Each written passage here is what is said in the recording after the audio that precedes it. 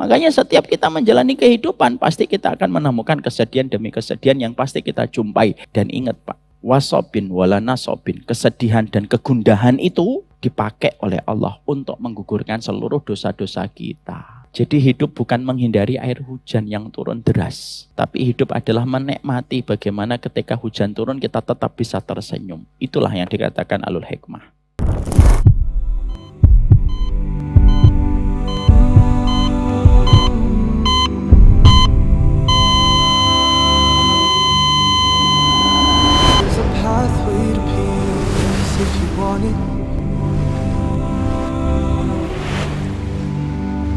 But the street is surrounded by thorns. Oh, you'll see and smell roses you think you like, but they're only there so you stray from the course. Every chance that I get when I stand in some love, praying for guidance and hoping He opens my heart. Love and the faith filling up, but I know it'll fall. Hope it isn't for long. But I got it, can't stop it, won't slow up. Keep walking, we fall down real often. It's all good, keep folding, keep falling down. Yeah, every chance that I get when I stand in some love, praying for guidance and hoping He opens my heart. Love and the faith filling up, but I know it'll fall. Hope it isn't for long. Yeah, said I've been trying to get it right, so I'm steady praying in the night, and I'm staying focused on the prize. All I'm thinking about is paradise. It's only Jannah, got my eyes on, cause peace is the only thing I want.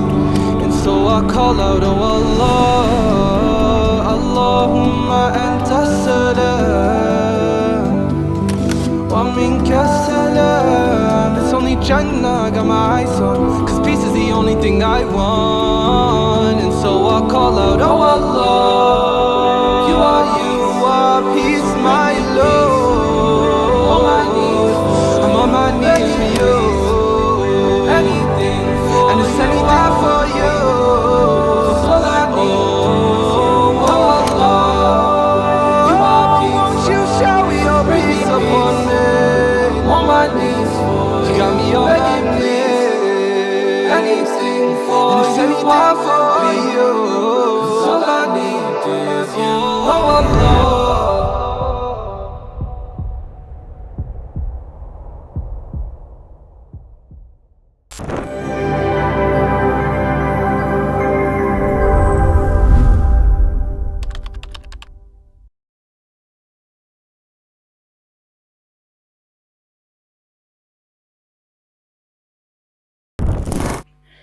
Sekarang mari kita buka Pak, surat Fatir 34. Sekarang kita beranjak dari doa yang ke-28, kemarin kita doa ke-27. Sekarang kita beranjak kepada doa ke-28. Kita akan menuju kepada surat Fatir 34. Sebelum kita membedah bagaimana keilmuan dan tadabbur dari tafsir Al-Ma'sur di dalam masalah doa yang ada pada surat Fatir 34, mari kita lafadzkan bersama-sama, karena doa ini adalah doanya para penduduk surga. Walaupun ini merupakan doanya para penduduk surga sebagai bentuk ekspresi kesyukuran mereka, tetapi sesungguhnya kita pun bisa berdoa dengan doa ini walaupun konteksnya kita masih di dunia. Mari kita bareng-bareng untuk mengucapkan Alhamdulillah alladzi adhaba annal hazan inna rabbana laghafurun syakur. Ya, inilah tentang surat Fatir 34. Bagi yang tidak membawa buku, bagi yang tidak membawa kitab, silahkan dibuka surat Fatir 34. Mari kita bedah. Kalau kita melihat kepada tafsir, kita akan menjumpai bahwasanya doa yang Allah abadikan di dalam surat Fatir 34 ini yang mengabadikan adalah Allah. Ada perkataan bagus Pak, yang patut untuk menjadi sebuah perenungan untuk kita. Kalau ada satu doa, di mana doa itu diabadikan oleh Allah, dan Allah dokumentasikan di dalam firman-Nya pada setiap ayat yang kita baca sebagai orang yang beriman, berarti doa itu istimewa di sisi Allah. Karena apa? Karena doa itu lafadznya bisa mempengaruhi mustajabnya doa kita di hadapan Allah. Ya, doa itu ketika pemilihan diksinya itu betul-betul diridhai oleh Allah, menjadikan mudah untuk diterima oleh Allah. Dan tidak ada diksi yang paling luar biasa yang dipilih, yang diucapkan oleh manusia kecuali para nabi dan para rasul ketika mereka sudah berdoa. Makanya kalau kita berdoa, simple Pak, tidak perlu kita terlalu panjang kemana-mana. Karena sesungguhnya yang terpenting itu adalah sebuah diksinya. Karena ketika diksinya menggambarkan betul bagaimana setiap kalimat-kalimat yang diucapkan ketika berdoa, maka itu menggambarkan, itu memudahkan Allah mengabulkan setiap doa dan permintaan. Makanya kita mendapati doanya para nabi itu tidak pernah terlalu panjang, sampai berhalaman-berhalaman, tetapi singkat, padat, sesuai dengan kebutuhan basic pada dirinya, dan itu menggambarkan, dan itu memudahkan untuk meraih rahmatnya Allah. Itu yang kita harus paham tentang doa. Karena pemilihan kata itu sangat penting sekali. Dan tidak ada yang paling mengerti tentang Allah ketika seorang manusia berdoa kecuali para nabi dan para rasul. Jadi kalau saya ditanya, saya boleh bahasa Indonesia ketika berdoa? Boleh. Tapi kalau saya ditanya, mana yang paling afdal? Berdoa dengan doa yang saya dapatkan dari baginda Nabi dan doa yang saya atur sendiri. Maka sesungguhnya doa yang kita dapatkan dari Nabi, dari para Rasul itu jauh lebih mulia daripada doa yang kita bikin sendiri. Walaupun boleh kita mengekspresikan hajat kita dan permohonan kita kepada Allah. Bedakan antara doa dengan syakwa. Ada doa, ada syakwa. Makanya Nabi Yakub mengatakan innama ashku, bukan innama at'u. Bedakan. Apa bedanya syakwa Ustaz? Syakwa itu sebagaimana Nabi Yakub ketika berdoa, innama ashku wa bassiyu ilallah. Saya menceritakan keluh kesahku. Kalau syakwa itu curhat sama Allah, Pak. Boleh nggak kita curhat sama Allah? Boleh. Dan itu termasuk salah satu keterampilan orang yang beriman itu mampu curhat kepada Allah. Pada saat kita khulwah, maka kita menceritakan seluruh masalah yang kita miliki, itu namanya syakwa.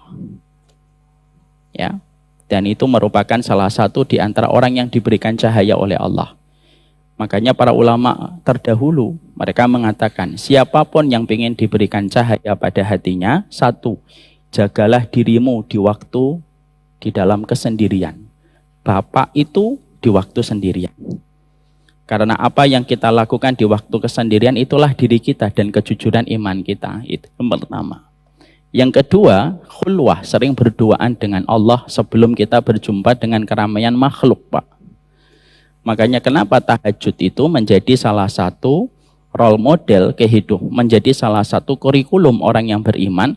Karena sebelum kita berjumpa dengan keramaian makhluk, kita berjumpa dulu dengan Allah. Kita bermunajat kepadanya, kita melaksanakan sholat tahajud, kita akhirnya sholat subuh berjamaah, dilanjutkan kita berzikir, dan disunahkan zikirnya sampai waktu syuruk, supaya hati kita sudah siap menerima keramaian makhluk ketika kita sudah berjumpa dengan Allah. Kenapa orang hari ini banyak stres? Orang itu banyak stres itu karena sebelum dia itu berjumpa dengan makhluk, dia tidak pernah berjumpa dengan Khalik. Ketika waktu malam dia berjumpa dengan makhluk, ketika pagi berjumpa dengan makhluk, dan tidak pernah meluangkan waktunya berjumpa dengan Khalik. Kalau kita tidak pernah berjumpa dengan Khalik sebelum kita ketemu dengan keramaian manusia, bentuk sosial media ataupun offline ketika bertemu keramaian manusia, itulah terkadang yang menjadikan hati kita menjadi lemah, jiwa kita menjadi ringkih, dan sanubari kita menjadi rapuh. Karena apa? Tidak bertemu dengan Khalik sebelum bertemu dengan makhluk. Makanya maaf ya Pak, jangan kasih anak Bapak handphone dan jangan kasih anak Bapak sosial media sebelum dia mampu untuk bangun sendiri di dalam sholat tahajudnya. Karena apa? Anak muda yang belum sadar ketemu dengan Allah sudah diberikan pintu yang terbuka berjumpa dengan keramaian makhluk. Berarti Bapak membiarkan anak Bapak mudah terkena virus tanpa Bapak memberikan kepadanya imunitas tubuh yang cukup menghadapi virus itu. Itu hati-hati. Beberapa bulan yang lalu, istri saya tanya sama saya, Muhammad, anak kami yang kedua, minta izin untuk memiliki sosial media. Dan dia juga belum punya handphone, Pak. Cuma di pondoknya ada kewajiban punya tab untuk mengikuti pelajaran. Tapi itu tab pondok, bukan handphone dan tab yang kita kasih. Karena kita belum ngasihkan handphone, kelas 3 SMP. Di pondok. Lalu istri saya tanya, Bi, ini Muhammad tanya, boleh nggak punya sosmed? Nah, dia kan belum punya handphone. Iya, pakai tab dari pondok. Saya bilang nggak boleh. Nggak boleh, jangan. Dia belum siap. Tidak semua informasi yang dia baca di sosial media baik untuk dia. Kapan? Saya bilang, nanti kalau dia sudah bisa bangun subuh sendiri, baru boleh punya handphone. Kalau dia sudah bisa bangun tahajud sendiri, baru boleh punya sosial media. Selama dua itu belum dilakukan secara kesadaran, jangan pernah kasih handphone, jangan pernah kasih sosial media. Rusak, Pak. Belum lagi dia kalau membaca berita-berita yang tidak mendatangkan manfaat untuk dia. Hari ini Pak Gen Z benci sama konten agama, Pak. Ada 2 konten, ini berdasarkan penelitian, dicek di penelitian di YouTube, apa di internet ada. Ada 2 konten Gen Z yang tidak suka dan selalu di skip. Kecuali anak-anak muda yang dirahmati oleh Allah. Kita tidak bicara tentang anak muda yang dirahmati oleh Allah. Kita bicara tentang anak-anak muda yang sudah mengikuti pergaulan. Ada 2 konten. Konten yang pertama konten politik, konten yang kedua konten agama. Kenapa Pak? 2 konten itu banyak pertengkaran. Tidak suka mereka. Tidak suka mereka. Makanya larinya kemana Gen Z hari ini? Stand up comedy. Larinya ke situ. Di situ tidak ada pertengkaran. Komikus tidak saling bertengkar. Aneh ya? Komikus tidak bertengkar, dai bertengkar. Makanya akhirnya kalau anak kita baca duluan Pak, sebelum kuat, akhirnya apa Pak? Jebol. Dia akan ngikutin irama yang bertalu-talu di kehidupan luar rumahnya. Dia ikut berdendang pada apa yang sedang viral. Dia akan menari pada apa yang trending. Dan betul kalau akhirnya hari ini sering kita jumpai musibah orang tua itu ketika gerakan TikTok anaknya lebih fasih daripada gerakan sholat anaknya. Jangan kasih. Kalau dia belum bangun. Kita ya Pak yang sholat tahajud saja, kita belum tentu bisa menghadapi informasi itu hati-hati. Beda informasi dengan ilmu Pak. Ilmu memberikan kepadamu narasi. Kamu punya solusi dan kamu bisa memiliki referensi untuk menjawab setiap problematika. Itu ilmu. Beda dengan informasi. Informasi itu kadang menjadi junk food untuk otak kita Pak. Sebagaimana storage kalau sudah terlalu penuh, maka tidak efisien setiap aplikasi yang kita instalkan ketika storage-nya sudah penuh. Tidak bisa kita menjalankan aplikasi. Tidak bisa menjalankan aplikasi. Kapan kita bisa menjalankan aplikasi? Kurangi storage-mu. Baru kamu install aplikasi dengan memori yang dibutuhkan. Sama Pak. Hati, jiwa, dan otak kita itu storage kita. Kalau sudah terlalu penuh, susah dia menerima ilmu. Makanya hari ini kita sedih Pak. Ramenya dunia persilatan dakwah itu karena apa? Banyak orang yang basic keilmuannya cetek tapi ikut bicara. Karena terlalu banyak informasi ketika dia mempelajari ilmu sebagaimana dia mempelajari informasi Pak. Tidak bisa Pak. Syekh Turaifi itu mengatakan, kamu tidak bisa belajar ilmu, metodemu dan caramu, culturemu ketika belajar ilmu sebagaimana kamu menerima informasi. Oh, enggak bisa. Ilmu enggak bisa, hanya dipelajari sambil scrolling gini. Enggak bisa. Bukan itu ilmu diturunkan oleh Allah untuk didapatkan. Makanya akhirnya kenapa keberkahan ilmu hari ini hilang? Karena mendapatkannya terlalu gampang. Sehingga akhirnya gampang hilangnya. Beda dengan orang tua kita dulu ketika mempelajari ilmu. Kenapa dulu para sahabat, para ulama, mereka itu lama bertahan keberkahan pada setiap ilmunya? Karena mencarinya susah.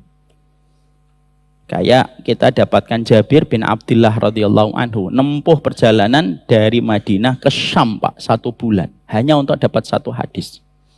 Kita mendapati Imam Bukhari nginep di rumah satu rawi yang beliau ambil hadisnya dan beliau rela bermalam di depan rumah itu tanpa hotel, tanpa losmen, hanya untuk menunggu ulamanya itu keluar untuk melaksanakan sholat subuh. Karena susah memberikan pengorbanan ketika mendapatkan ilmu, dapatnya berkah dan hilangnya susah, Pak. Hari ini tidak bisa.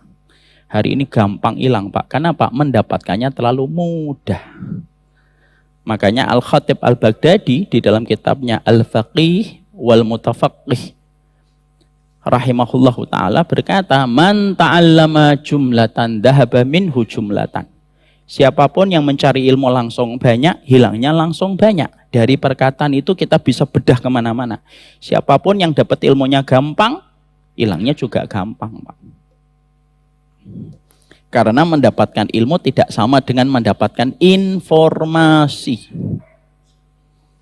Bapak samakan cara Bapak mendapatkan ilmu sama dengan Bapak ketika membaca informasi di Instagram. Itu tidak akan sama keberkahannya. Ilmu itu harus dijunjung, harus dihormati. Makanya Imam Malik sampai mandi setiap menyampaikan sebuah hadis Rasulullah. Sampai mereka hormat sama gurunya. Sampai kita mendapati Imam Syafi'i kalau membalik sebuah halaman di depan Imam Malik itu pelan-pelan gitu. Supaya tidak membisingkan telinga Imam Malik. Itu dulu para ulama. Sekarang enggak, Pak. Orang nyari ilmu udah enggak terima kasih, menghujat dia. Padahal dulunya juga ngaji sama dia. Berapa banyak guru yang ngajarin Quran dicela, dihujat sama muridnya gara-gara muridnya baru ngaji sebentar. Mana keberkahannya? Hilang. Imam Syafi'i itu ngajarin kita, Pak. Imam Syafi'i pernah jalan ketemu orang tua Badui. Orang tua Badui. Lalu dicium tangannya oleh Imam Syafi'i, dihormati sama Imam Syafi'i. Sampai murid-muridnya tanya, siapa orang ini? Imam Syafi'i mengatakan, ini guru saya. Lalu muridnya bertanya, kami sudah mengenal semua guru engkau, wahai Imam Syafi'i, guru kami. Yang mana guru ini? Kok kami skip? Kami tidak tahu guru ini. Bapak tahu bagaimana jawaban Imam Syafi'i? Ini guruku. Yang mengajari aku tentang masalah anjing. Anjing. A-N-J-I-N-G. Ditanya sama murid-muridnya, apa yang diajarkan Arab Badui tua ini kepada engkau, wahai Imam Syafi'i? Maka Imam Syafi'i mengatakan, beliau mengajari aku untuk membedakan mana jantan betina, mana jantan yang balik, mana anjing yang balik, dan mana anjing yang belum balik. Maka kalian perlu tahu, anjing yang balik itu bedanya dengan anjing yang belum balik. Kalau ada anjing ngangkat kaki ketika kencing, itu berarti anjingnya balik. Kalau anjing itu tidak mengangkat kaki ketika dia kencing, berarti dia belum balik. Hanya satu tok, Pak, masalah anjing, Pak. Hormatnya luar biasa. Makanya ilmunya Imam Syafi'i berkah. Nanti kalau Bapak lihat anjing, Bapak lihat kencingnya. Oh, ngangkat kaki. Bapak ngomong sama pemiliknya, Pak, ini anjingnya balik. Maka semenjak saat itu Bapak ngambil ilmu dari saya, kalau buka halaman pelan-pelan. Itu Imam Syafi'i, Pak. Lah sekarang kondisi murid, ya begitu gampang nyela. Hanya masalah titik perbedaan yang dia tidak kuasai. Gurunya lebih paham tentang masalah itu. Walaupun terkadang kamu tidak setuju, kamu sudah nyela. Tidak bisa kayak gitu. Agama ini tidak diturunkan dengan kondisi orang-orang yang hatinya kotor. Makanya tadi kita kembali bahwasanya kalau syakwa, Syakwa itu curhat, boleh kapan saja Pak, dan boleh dengan bahasa apa aja, tapi beda dengan doa.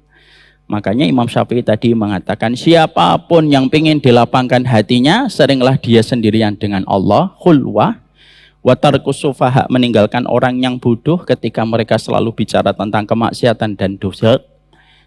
Sedikitlah makan dan tinggalkanlah orang berilmu, kalau orang berilmu itu tidak punya akhlak. Makanya kalau orang berilmu saja tidak punya akhlak, suruh ninggalin Pak, supaya hati Bapak bersih. Tapi kalau sama orang yang berilmu aja diperintahkan untuk ninggalin, kalau mereka tidak punya komitmen akhlak, lah apalagi sama orang yang ecek ilmunya sudah gitu, tidak punya akhlak dan tidak punya adab. Nah, maka disitulah kita akhirnya memahami. Makanya Allah menyampaikan doanya penduduk surga. Jadi ini adalah doanya penduduk surga. Bahwasanya ini merupakan sebuah doa kok sampai Allah abadikan, berarti ini diksinya itu Allah cinta Pak. Ada satu riwayat, ini riwayat ini Hasan. Diceritakan tentang Nabi Musa alaihi salam. Kita bicara tentang pemilihan kata di dalam setiap doa itu sangat mempengaruhi bagaimana bisa menjadi mustajab di sisi Allah. Selain dari kekuatan kita memenuhi panggilan Allah, bersih dari makanan-makanan haram, itu yang bisa juga menjadikan setiap doa itu lebih mudah terkabul.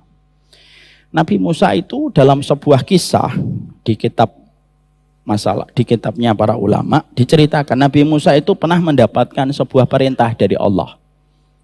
Idhab, pergilah kamu ke satu wilayah ini. Di situ ada orang hambaku, tidak ada yang merawatnya. Kalau kamu temukan dia, lalu tidak ada yang merawatnya, kalau dia meninggal dunia, kuburkanlah. Nabi Musa alaihi salam. Nabi Musa pergi ke tempat tersebut. Lalu Nabi Musa mendapati ada satu jenazah Pak, yang dibiarkan di pinggir jalan. Nabi Musa alaihi salam, lalu beliau bingung. Lalu ini siapa namanya? Namanya sama dengan nama yang disebutkan oleh Allah. Lalu beliau bertanya sama orang-orang di sekitar tempat itu, kenapa kalian tidak memberikan kewajiban kalian yang terakhir kali kepada jenazah ini? Jawaban di antara masyarakat di situ mengatakan apa? Dia itu sampah masyarakat. Syaribul khamr, zani, peminum khamr, dia pezina, dan semua dosa-dosa besar dikerjakan oleh orang ini. Oh, makanya sebagaimana hakikat hidupnya itu adalah sampah masyarakat, kita tidak ada hajat untuknya. Oh, begitu. Allah lalu akhirnya curhat kepada Rabb-nya, bahwasanya makhluk dan manusia yang Allah perintahkan Nabi Musa untuk menguburkannya ternyata adalah sampah masyarakat. Lalu Allah memberikan jawaban kepada Nabi Musa alaihi salam dalam satu riwayat yang panjang. Saya tidak hafal itu Pak. Di dalam matan riwayat itu diceritakan oleh Nabi. Maka pada saat itu Allah menjawab kepada Nabi Musa, wahai Musa, memang betul dia adalah pendosa. Tapi ada satu yang kamu tidak sadari dan tidak kamu ketahui, bagaimana dia sebelum meninggal dunia. Maka sebelum meninggal dunia dia jatuh sakit. Maka pada sakitnya, maka dia sempat bertobat dengan taubatan nasuha kepada Allah.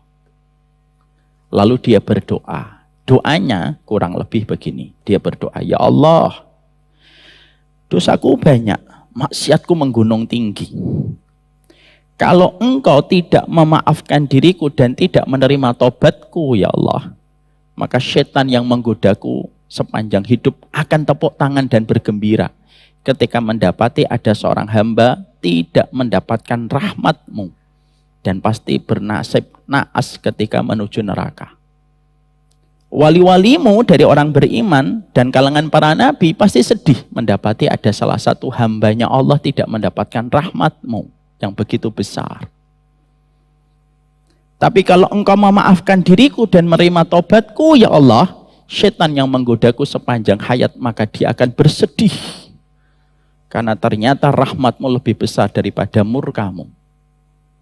Dan wali-walimu dari orang beriman dan para nabi dan para rasul. akan senang sekali. Wali-walimu dan para nabi itu akan senang sekali ketika mereka menjumpai betapa rahmatmu itu mengalahkan murkamu, ya Allah. Lalu kata Allah kepada Nabi Musa, doa itulah yang aku kabulkan dari dirinya. Dan Allah berikan taubat kepadanya.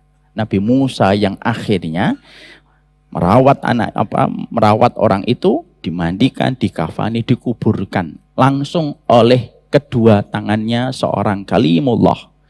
Nabi Allah yang berbicara dan berkomunikasi dengan Allah. Ini menunjukkan Pak, diksi itu penting sekali pada saat kita berdoa kepada Allah Subhanahu wa taala. Makanya ketika kita berdoa, maka sesungguhnya tidak ada diksi dan pemilihan kalimat yang paling indah kecuali yang diabadikan oleh Allah di dalam Quran dan hadis. Kalaupun kita ingin syakwa kepada Allah, kita ingin curhat kepada Allah, pilihlah kalimat dan diksi yang betul-betul menggambarkan betapa rendahnya diri kita di hadapan Rabb.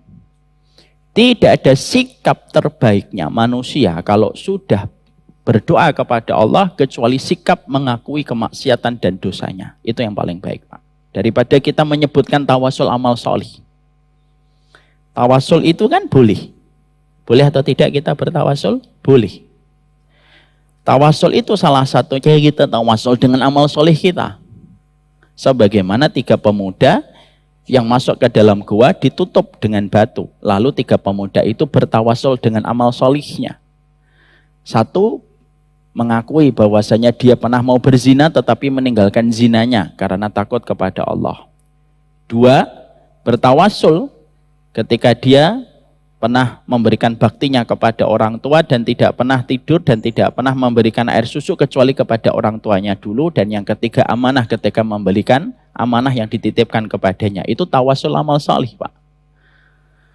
Tapi Syekh Muhammad bin Abdullah rahimahullahu ta'ala, beliau mengatakan tawasul yang paling indah itu tawasulnya para nabi. Tawasulnya para nabi itu apa? Mengakui dosa kita di hadapan Allah, supaya kita mendapatkan apa yang kita harapkan dari urusan akhirat dan dunia. Itu yang paling mulia. Makanya para nabi tidak ada yang menyebutkan tawasul amal solih mereka. Para nabi tawasulnya apa? Rabbana dolamna anfusana la ilaha illa anta subhanaka inni kuntu minal dhalimin. Maka itulah yang dijadikan alasan oleh Syekh Muhammad bin Abdullah Al-Muqbil rahimahullah ta'ala, bertawasul dengan pengakuan dosa itu lebih mulia daripada bertawasul dengan amal solih. Maka disitulah kita mendapati bahwasanya di dalam kita berdoa kepada Allah itu pemilihan diksi itu mempengaruhi mustajabnya kita. Makanya tidak ada diksi yang paling baik kecuali diksi yang dicontohkan oleh para nabi dan para rasul.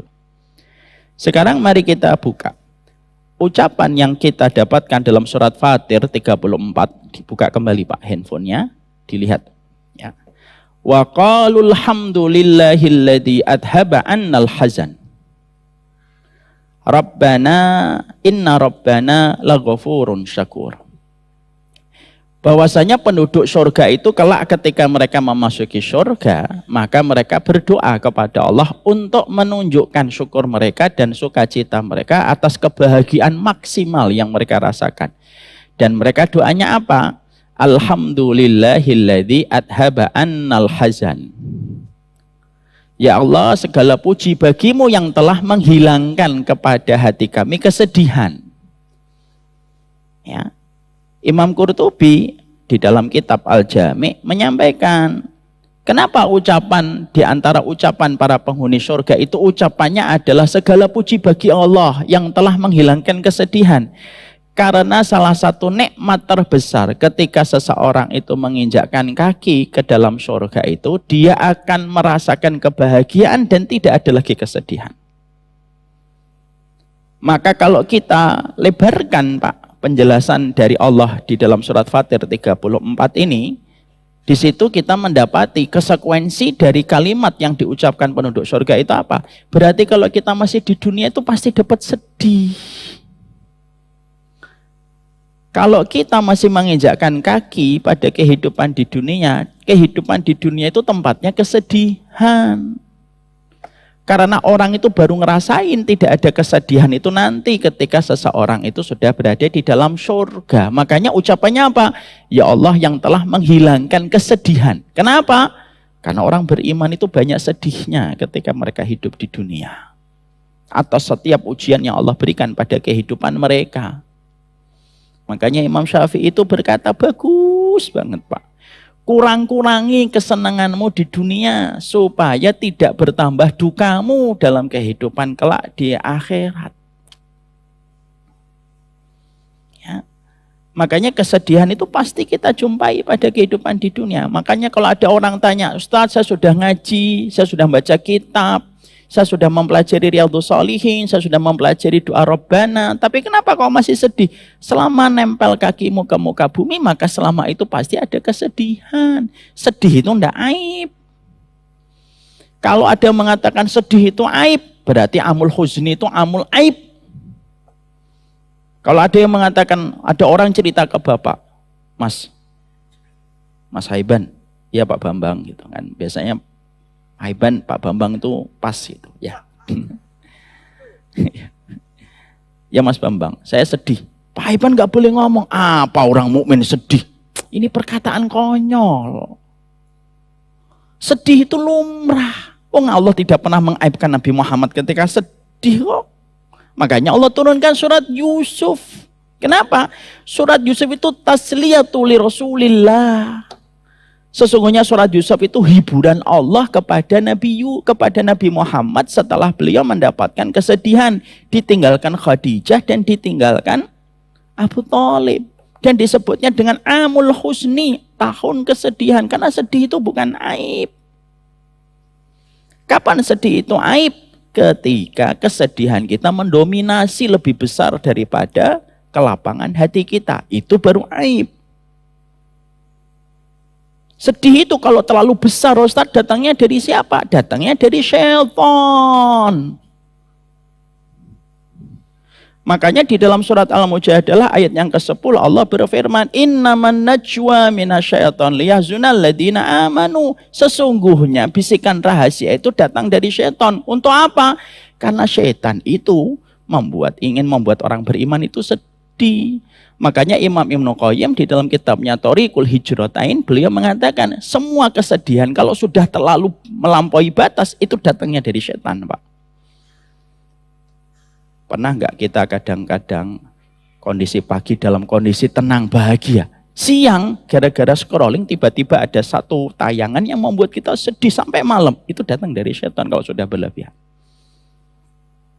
Semua kesedihan itu datang dari syaitan. Kenapa? Karena orang kalau sudah sedih, maka dia akan lemah semangatnya, lemah tekadnya, padam harapannya, dan yang keempat, fokus kepada perkara yang membuat dia sedih, dan akhirnya tidak bisa beraktivitas secara maksimal, kata Imam Ibnu Qayyim. Bapak kalau lagi sedih, diajak apa-apa nggak mau. Ayo, berkuda, dah sedih. Lagi sedih. Kesedihan itu kerjaannya setan, Pak. Makanya jangan kita menyalahkan orang, karena kerjaan itu kerjaannya setan. Makanya ketika seseorang itu bersedih kalau sudah melampaui batas, itu namanya aib. Tapi kalau sedihnya itu biasa, kesedihan itu hal yang lumrah, karena orang yang beriman pun bersedih. Makanya kita mendapati Nabi Yakub pun bersedih ketika beliau kehilangan Yusuf. Sampai menyebabkan air matanya membutakan kedua matanya beliau. Dan kegembiraan ketika beliau mendapatkan kembali Yusuf mengembalikan kembali penglihatannya. Dan itu dibuktikan oleh medis. Makanya kesehatan kita itu tergantung suasana hati kita, Pak. Kalau pola pikir kita sudah parah, sebersih apapun makanan sehat kita, kalau pola pikir kita negatif, semuanya akan jadi negatif. Lambung dapat sinyal negatif, jantung dapat sinyal negatif, liver dapat sinyal negatif. Kenapa? Karena yang difikirkan oleh hati dan pikiran itu negatif. Makanya di situ kita mendapati kesedihan itu selalu ada. Ya.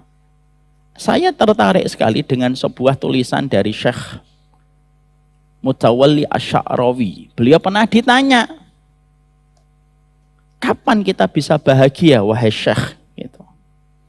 Beliau lalu mengulang-ulang hafalan Qur'annya. Kapan ya kita bahagia? Masya Allah ya. Seorang ulama itu Pak, kalau dikasih pertanyaan, mereka akan mengulang seluruh apa yang pernah dipelajari sepanjang hidupnya. Kadang-kadang hanya untuk menjawab satu pertanyaan. Maka Syekh Syahrawi Mutawalli Asy'arawi ini kemudian berpikir gitu. Lalu pada waktu ketika membaca surat yang ke-10, surat Hud, ayat yang ke-108, beliau lalu berkata, kita tidak mungkin tidak sedih di dunia. Karena kesedihan itu baru hilang ketika nanti kita di surga. Mana dalilnya? Wa malladzina su'idu fa fil jannah. Orang yang bahagia itu nanti di surga. Karena Allah tidak pernah menyebut kata bahagia, kecuali konteksnya selalu konteks kehidupan surga. Masya Allah. Jadi kalau kita pada kehidupan di dunia sedih, iya. Mendapatkan berbagai macam cobaan, iya Pak. Dijadikan sebagian dari kita ujian bagi sebagian yang lain. Berapa banyak orang sedih gara-gara perbuatan kita Pak. Dan berapa banyak kita bersedih gara-gara perbuatan orang kepada kita. Kita mendapatkan ujian, ada keluarga yang menjadi ujian, ada anak yang menjadi ujian. Itu bagian dari semua problematika kita dalam kehidupan. Makanya ucapan penduduk surga ketika masuk surga, setelah mendapatkan opening ceremony dari para malaikat, salamun alaikum bima sabartum, di antara ucapan para penduduk surga itu apa? Alhamdulillahilladzi adhaba annal hazan. Ya Allah, sudah nggak ada sedih pikiran kami sama sekali.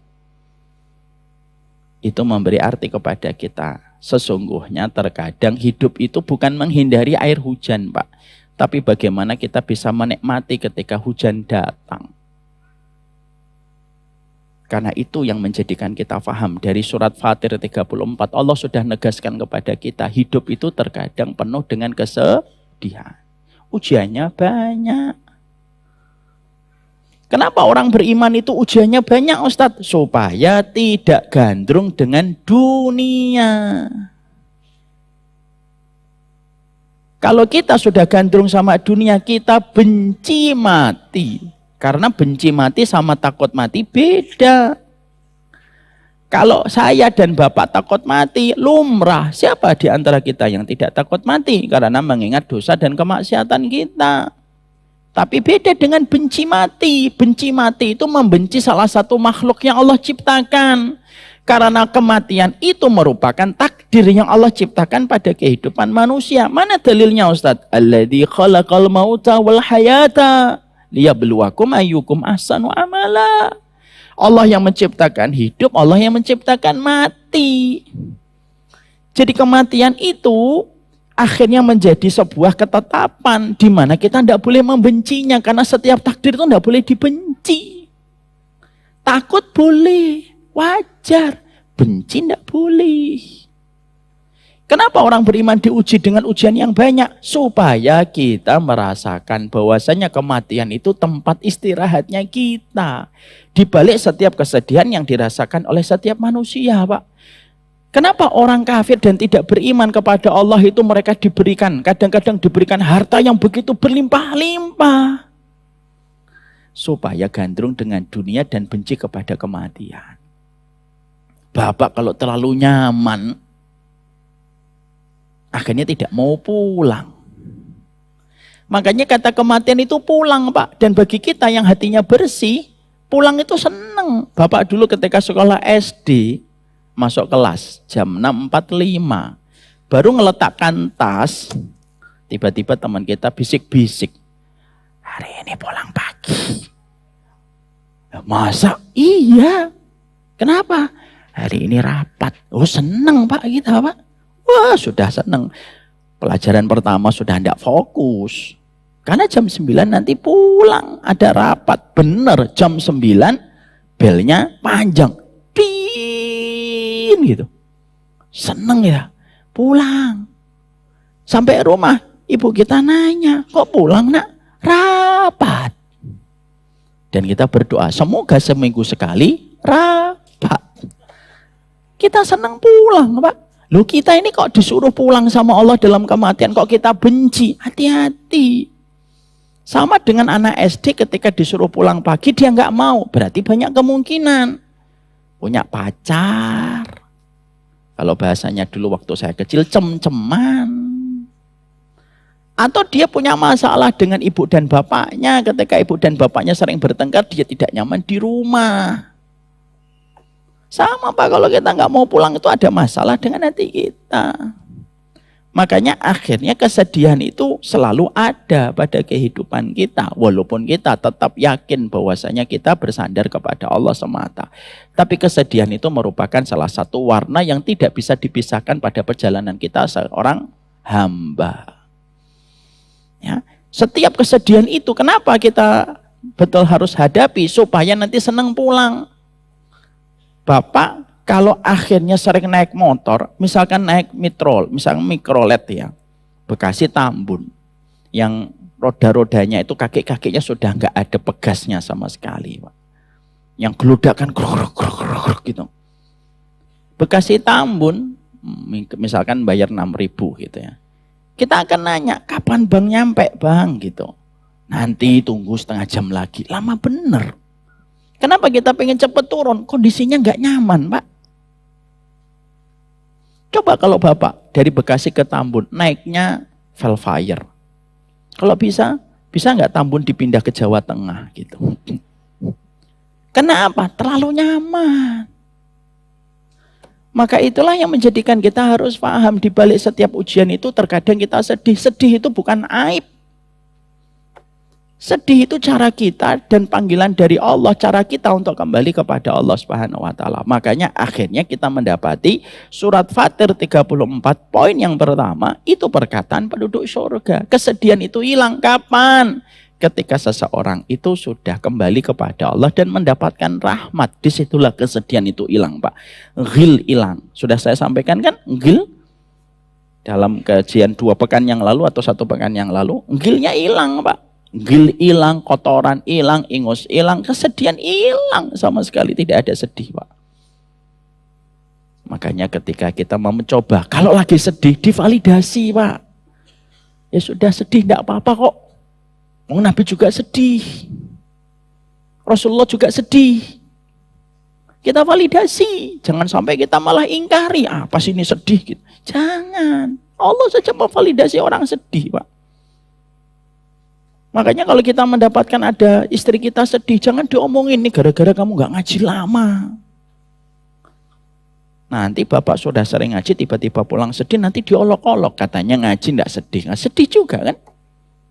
Karena sedih itu bagian dari sebuah fitrah pada perjalanan hidup, kesedihan itu.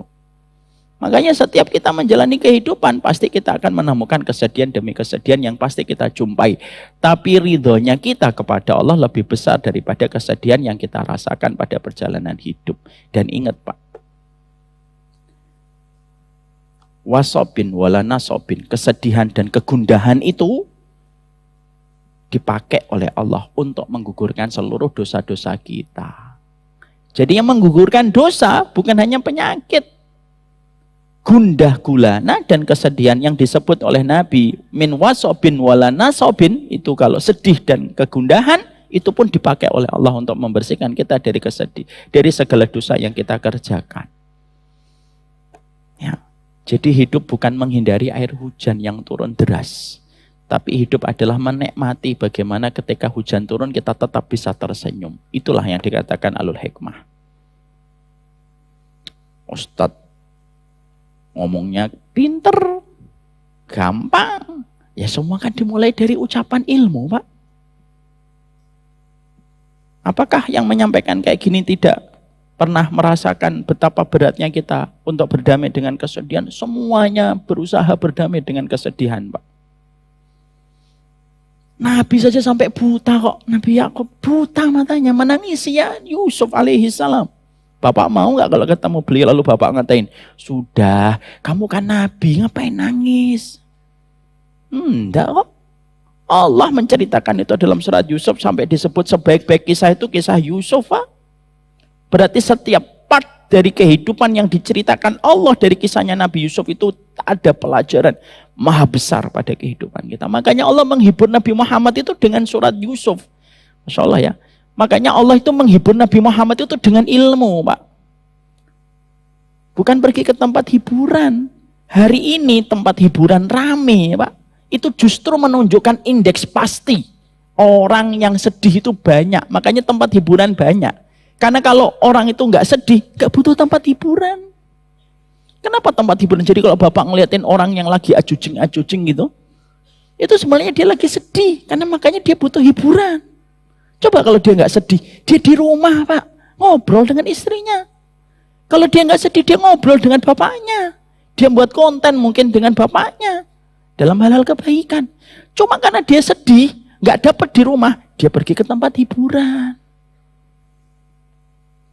Makanya tidak ada yang bisa mengusir kesedihan kita itu kecuali apa? Ilmu. Karena ilmu itu energi untuk menyelesaikan berbagai macam problematika yang kita hadapi. Makanya ilmu itu energi, Pak. Ilmu itu obat dari berbagai macam hal. Karena apa? Setiap benturan kita pada masalah, obatnya cuma satu. Ilmu yang membangun keyakinan kita kepada Allah. Itu doang, Pak. Makanya ilmu fungsinya itu apa? Meluruskan yang bengkok, membersihkan yang kotor, membeningkan yang keruh. Itu fungsinya ilmu. Dan bagaimana ilmu itu selalu bisa memberikan sedikit obat, bahkan banyak obat pada apa yang kita jumpai. Contoh, saya pernah mendapati istri saya kecapean. Saya juga capek, Pak. Ketika kita membersamai anak-anak. Anak 8, Bapak bisa bayangkan anak 8, Pak. Yang satu di garasi, yang satu di pintu kamar bawah, yang satu di tangga, yang satu di depan tangga, yang 2 di kamar. Bapak kalau ke rumah saya tidak ada satu part rumah saya kecuali di situ ada anak saya. Semoga Allah merahmati istri saya tercinta. Lelah Pak. Jangan ngomong, punya anak nggak lelah Ustaz. Bohong kamu. Berarti kamu nggak pernah bantu istri kamu. Ya lelah Pak, orang tawan itu. Saya itu setiap pagi, hampir setiap pagi habis sholat subuh itu enggak bisa dzikir pagi. Saya akuin, Pak, enggak bisa dzikir pagi kecuali sebentar, dzikir pagi, selesaikan beberapa partnya langsung pergi. Kenapa? Harus cepat-cepat menggantikan, membantu istri. Makanya saya tuh kalau pagi muter-muter komplek terus, Pak, setiap pagi, Pak. Makanya saya informasi tentang komplek perumahan saya hafal lebih daripada hafalan agen properti. Makanya kalau ada yang tanya, Ustaz ada rumah dijual? Ada. Yang mana? Yang mau luasnya 90 di sono. Yang 162 sono. Yang 320 meter, sono. Saya hafal, Pak. Karena tiap pagi muter-muter itu. Istri saya terkadang sampai mimisan saking capeknya, Pak. Tapi apa? Perkara yang menguatkan kita. Bukan ketika kita pergi ke tempat hiburan. Enggak. Mungkin kamu ke tempat healing sebentar menyelesaikan masalah. Setelah itu pusing lagi. Apalagi ketika melihat bill nota tagihan. Nah itu pusing lagi. Apa yang menggembirakan kita, Pak? Menggembirakan kita itu indah, Pak. Perkataan Imam Ibnu Qayyim. Apa perkataan Imam Ibnu Qayyim yang selalu menjadikan kita memberi narasi pada hati kita? Ketika orang itu menjadi orang tua, Allah akan menjadikan sebagian dosanya dan sebagian maksiatnya tidak akan dihapuskan oleh Allah. Kecuali karena keletihan dan kepenatan ketika dia merawat anak-anak yang Allah titipkan kepadanya. Jadi kita, Pak, jadi orang tua, semenjak kita jadi orang tua, ada anak yang lahir dari istri kita, semenjak saat itu ada dosa-dosa kita yang tidak dihapuskan oleh Allah. Kecuali ketika kamu letih mengajari anak kamu, meletih merawat anak kamu. Ketika ilmu itu kita dapatkan, dan quote itu kita baca di kitab, saya sampaikan sama istri saya, itu melegakan hatinya dan meringankan saya, Pak. Ilmu itu melegakan. Ketika kita menghadapi pro kontra orang yang dakwah, tidak asal dakwah, Pak. Dakwah itu kadang-kadang saya ketemu sama orang yang bencinya sama saya itu melebihi orang kafir, Pak. Padahal nggak pernah ketemu saya. Bermuamalah dengan saya nggak pernah. Saya ngelukain kehormatan dirinya juga nggak pernah. Kehormatan keluarganya juga nggak pernah saya utak-atik. Tapi ngeliatin itu kayak melihat sama orang-orang yang menyimpangnya luar biasa. Banyak, Pak, kayak gitu, Pak. Apa yang menggembirakan hati saya? Yang menggembirakan hati saya adalah setiap kesedihan di atas dakwah itu merupakan keberkahan besar untuk meraih rahmat. Selesai, Pak.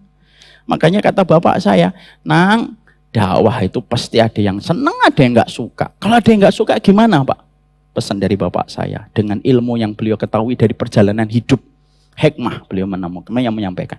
Uplek iku nek entek minyake mati dewi. Lampu minyak itu kalau minyaknya habis, mati sendiri. Nak, biarin aja. Kalau kata-kata yang saya dapatkan dari Imam Ghazali itu apa? Jangan memprioritaskan hidupmu sama orang yang tidak pernah memprioritaskan dirimu di dalam kehidupan dia. Selesai Pak. Ada orang benci, pasti ada kirimkan orang yang senang dengan kita dan cinta sama kita.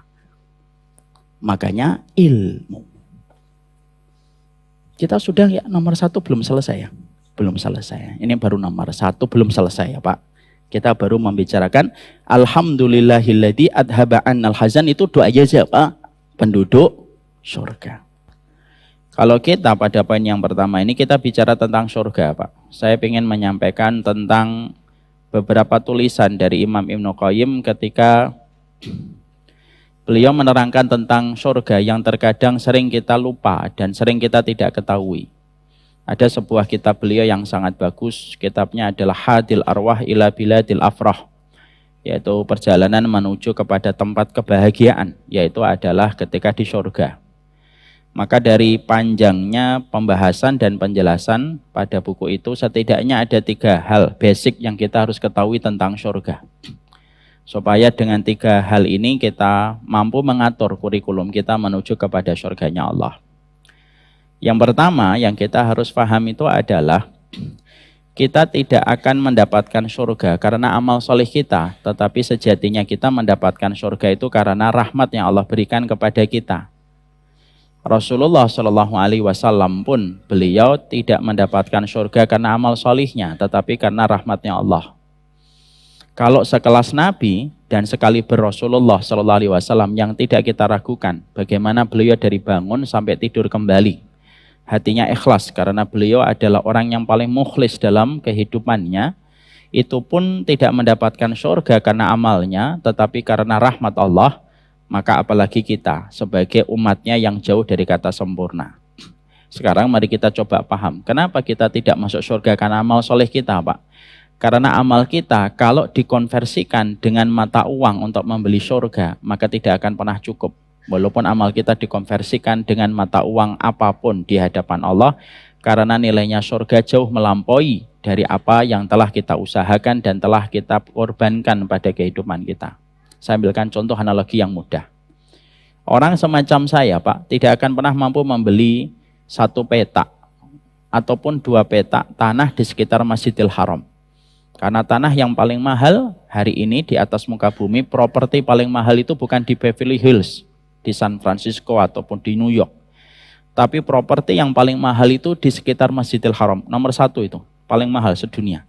Saking mahalnya tidak ada nominalnya, kecuali memang betul-betul punya koneksi yang kuat dan keberuntungan bisa mendapatkan tanah di situ. Orang semacam saya kerja dengan bisnis. Saya kan juga punya bisnis ya. Ada Navis School dan ada Harvard String. Wah, promosi. Maka kalaupun saya bekerja, hidup mati, hidup lagi pun belum tentu bisa membeli 1 meter harga properti di Beverly Hills, di Masjidil Haram. Kenapa? Saking mahalnya Pak. Saking mahalnya. Kalaulah harga properti di sekitar Masjidil Haram, kita saja nggak bisa nyampe, walaupun kerja 2 kali mati, 2 kali hidup, apalagi properti tanah di surga. Makanya ada sebuah hadis menjelaskan tentang bagaimana kita masuk rahmat, memasuki surga itu dengan rahmat. Yaitu ketika ada seorang ahli ibadah selama 500 tahun, Pak. Bapak bisa bayangkan ibadah 500 tahun. Kita saja beribadah tidak sepanjang itu, kadang sering kena futur, Pak. Apalagi 500 tahun dia beribadah terus kepada Allah. Kita ini ibadahnya sudah singkat, futurnya sering. Maka dia ibadah selama 500 tahun. Lalu Allah menyampaikan ketika dia sudah dihisab, maka Allah memerintahkan dia karena amal kebaikannya lebih banyak daripada amal keburukannya. Allah perintahkan, masuklah kamu ke surga dengan rahmatku. Maka orang itu berkata, aku memasuki surga dengan amalku ya Allah. Enggak, kamu memasuki surgaku dengan rahmatku. Rahmat itu kalau kita bahasakan Pak, yang paling gampang rahmat itu apa? Kasihannya Allah sama kita Pak. Jadi dikasihani itu tidak selalu maknanya negatif. Dikasihani itu maknanya terpuji, Pak. Kalau yang mengasihi kita dan mengkasihani kita itu Allah. Kapan kita dikasihani sama Allah? Kalau kebaikan kita lebih banyak daripada dosa kita. Itulah cara kita mendapatkan sifat kasih sayang Allah.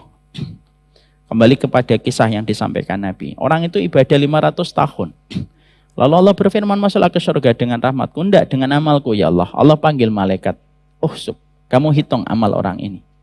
Ketika dihitung, sudah dihitung oleh para malaikat yang begitu cepat menghitung, karena ma yalfidhu min qaulin illa ladaihi raqibun atid dalam surat Qaf. Semua dicatat dengan detail oleh para malaikat.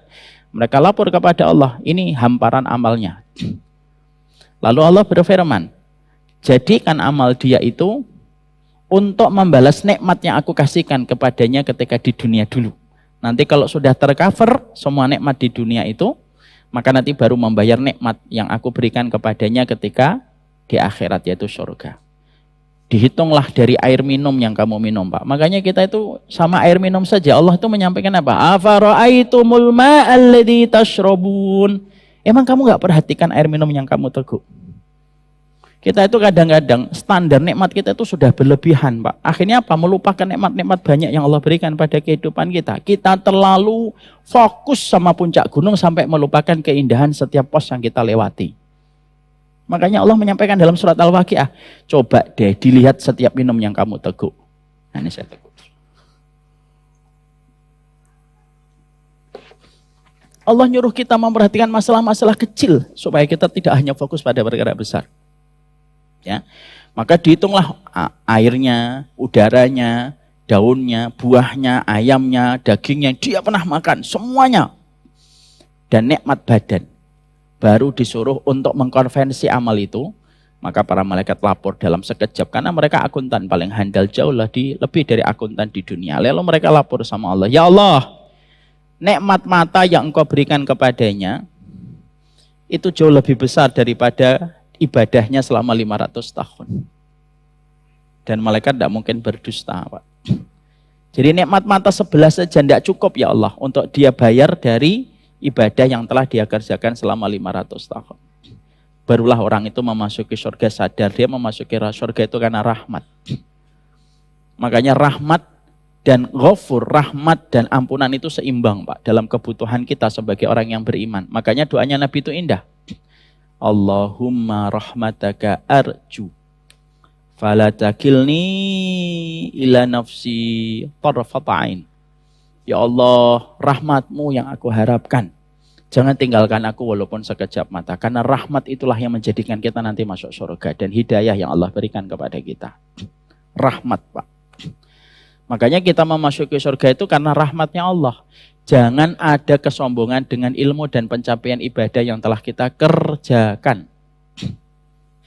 Imam Az-Zahabi, termasuk pula Imam Ibnu Qayyim berkata, setercela-celanya sombong itu sombong sama ilmu dan ibadah. Kenapa? Ilmunya belum tentu 100% benar. Dan ibadahnya belum tentu 100% itu diterima sama Allah. Loh kok kita sombong dengan ibadah?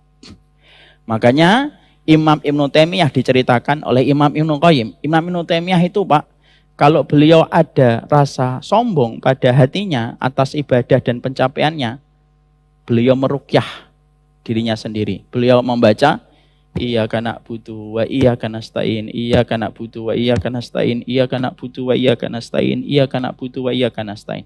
Kenapa yang dibaca iyyaka na'budu wa iyyaka nasta'in? Karena disitulah seorang hamba itu harusnya paham ibadahmu itu karena semata-mata pertolongan Allah. Tidak usah sombong. Baru 1 sunnah, 2 sunnah yang kamu kerjakan, kamu merendahkan orang. Tidak begitu caranya kita mengartikan sunnah. Ya, jangan sombong kita. Sudahlah, kita kayak orang bodoh. Kalau ada orang ngomong kamu bodoh, goblok. Dah, tidak apa-apa kalau memang itu membuatmu senang dan gembira. Tidak apa-apa. Lebih baik kita dianggap bodoh di hadapan manusia, Pak, tapi tidak bodoh di hadapan Allah karena kita selalu merasa ingin belajar dan ingin membaca. Karena apa? Berbicara itu harus sadar dengan siapa kita bicara. Karena tidak setiap pembicaraan harus kita tanggapin. Kembali ke tadi, maka sesungguhnya kita mendapatkan surga itu karena rahmatnya Allah. Semata. Dan ketika kita mendapati bahwasanya kita masuk surga karena rahmat, itulah yang menjadikan kita tidak perlu menyombongkan dan jumawa dengan pencapaian ibadah kita. Bapak tahu, sering Bapak lihat ada kisah-kisah yang disampaikan para ustadz, yang saya doakan semoga mereka diberikan keikhlasan hati sebagaimana saya mengharapkan itu untuk saya. Para ustadz itu sering bercerita, ada fulan ahli ibadah matinya murtad, ada fulan ahli ibadah matinya murtad. Sering mendengar kata-kata itu, Pak. Jangan berhenti pada kisahnya, gali sebabnya apa. Nanti kalau Bapak dapatkan perkataan Imam Qurtubi dalam kitabnya At-Tadhkirah li Ahwalil Mauta wa Umuril Akhirah, beliau menjelaskan, kalau kamu jumpai ada orang taat, ahli ibadah, tapi matinya dalam kondisi su'ul khatimah, dipastikan orang itu sombong dengan ibadahnya sampai Allah tinggalkan ibadah yang telah dia lakukan, karena Allah tidak ada hajat menerima setiap ibadah yang dibangun atas kesombongan. Dan salah satu kesombongan itu apa? Ngerendahin orang lain. Lebih baik saya dan Bapak direndahin daripada kita yang merendahkan orang. Karena apa? Merasa direndahkan orang itu lebih selamat daripada kita merendahkan orang lain. Ya. Maka itu yang menjadikan kita memahami. Satu poin penting tentang masalah surga dari 3 poin yang ingin saya sharing adalah pahamilah betul bahwasanya dalam kehidupan kita mendapatkan surga itu hanya semata-mata karena rahmatnya Allah yang menjadikan kita nanti layak mendapatkan surga. Karena apa, Pak? Sujudmu, rukukmu, sedekahmu tidak akan sebanding dengan harga properti di surga yang begitu mahal, Pak. Harga properti di Masjidil Haram saja kita tidak bisa beli, apalagi harga properti surga yang dibangun oleh Allah dengan betul-betul memuliakan para penghuni surganya. Apalagi surga Firdaus, Pak, yang dibangun oleh Allah dengan kedua tangannya. Karena Allah membangun Firdaus yang paling tinggi, yang berbatasan langsung dengan arsy-Nya Allah, itu dengan kedua tangannya Allah secara langsung. Dalam hadis yang sahih. Makanya rahmat-Mu ya Allah. Yang kita harapkan rahmat-Mu, rahmat-Mu. Jangan kehilangan husnudon kita dan prasangka baik kita untuk mendapatkan rahmat-Nya Allah. Kita ini pendosa, betul. Tapi pendosa yang tidak kehilangan harapan untuk mendapatkan rahmat-Nya Allah. Dan ingat rahmatnya Allah. Inna rahmati taglibu ghadabi. Rahmatku itu mengalahkan murkaku. Fudail bin Iyad, salah satu ulama tabi'in, rahimahullahu ta'ala, beliau pernah melihat seorang ibu marah sama anaknya, gara-gara anaknya itu membuat emosi ibunya. Kegaduhan ada di dalam rumah itu. Anaknya nangis, Pak, tantrum. Lalu akhirnya ibunya kecewa. Dibawa itu anak keluar, diletakkan di depan rumah, ditutup pintunya dari dalam. Anaknya ngetok pintu. Ummi, iftahil bab, Ummi iftahil bab, Ummi iftahil bab, gitu. Ibu bukakan pintu. Fudail bin Iyad ngelihat kejadian itu, Pak. Setiap kejadian yang dilihat sama para ulama itu selalu menjadi hikmah. Fudail bin Iyad ngeliatin itu. Ibunya tidak buka pintunya, Pak. Setelah beliau sholat asar, beliau lewat ke tempat itu kembali, dia mendapati ibunya membukakan pintu, mendapati anaknya itu banjir dengan air mata, dipeluk anak itu. Lalu ibunya memaafkan. Fudail bin Iyad hampir pingsan melihat kejadian itu. Karena yang dilihat bukan umiknya dan bagaimana umi itu memaafkan anaknya. Tapi yang dilihat oleh Fudail bin Iyad adalah, kalaulah seorang ibu punya hati yang lebih besar daripada kesalahan seorang anak, apalagi Allah yang menciptakan hati seorang ibu kepada anaknya. Jangan putus asa dari harapan untuk mendapatkan rahmatnya Allah. Yang penting jangan sombong. Bapak dengan ustadz siapapun dekat, nggak usah sombong. Bapak baca kitab berapapun, nggak usah sombong. Dan saya ingatkan, yang baca kitab itu jangan hanya orang 1-2 orang. Allah bagikan setiap orang dari sebagian orang yang Allah kehendaki mereka bisa membaca kitab dari kitab yang mungkin tidak kamu baca. Makanya berikan udzur sama saudaramu. Itu yang saya ingin lakukan sama kehidupan saya. Dihujat dengan itu, tidak apa-apa, tergantung kamu nanti di hadapan Allah. Ya. Jadi kita mendapatkan surga itu dengan rahmatnya Allah semata, Pak. Dan rahmat Allah itu tidak datang kepada hati yang meninggi. Rahmat Allah, kata Imam Ibnu Qayyim lagi, kata beliau sangat bagus. Rahmat Allah itu menyapa hati yang merendah. Dan rahmat Allah itu tidak pernah menyapa hati yang tinggi. Sebagaimana air. Bapak pernah jumpain air itu? Ketika saya gini kan, air itu jatuh ke atas? Enggak, jatuh itu selalu ke bawah. Rahmat Allah itu mencari hati yang merendah. Jadi kalau intinya pengen mendapatkan rahmat, Imam Ibnu Qayyim itu mengatakan apa? Rendahkan hatimu, tawadukkan jiwamu, kamu akan mendapatkan rahmatnya Allah.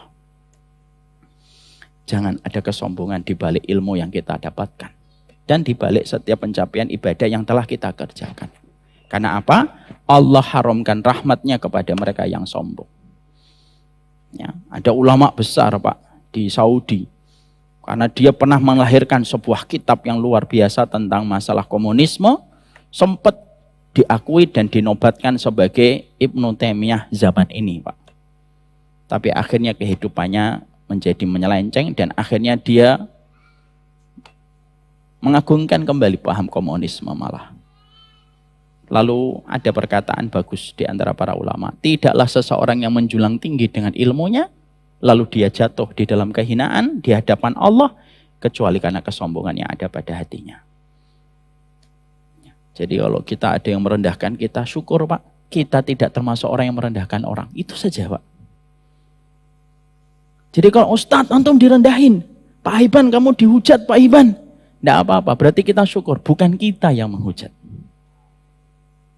Karena menghujat itu biasanya merasa lebih tinggi daripada yang dihujat. Makanya maaf ya, sama pelaku dosa aja nggak boleh dihujat. Karena kita tidak tahu akhir kehidupannya bagaimana. Kita boleh menjelaskan dosanya, tapi tidak boleh menghujat orangnya. Karena kita tidak pernah tahu kejadian. Kalau kita menguraikan dosa-dosanya boleh menjadi pelajaran dan evaluasi. Tapi menghujat namanya, tidak boleh Pak.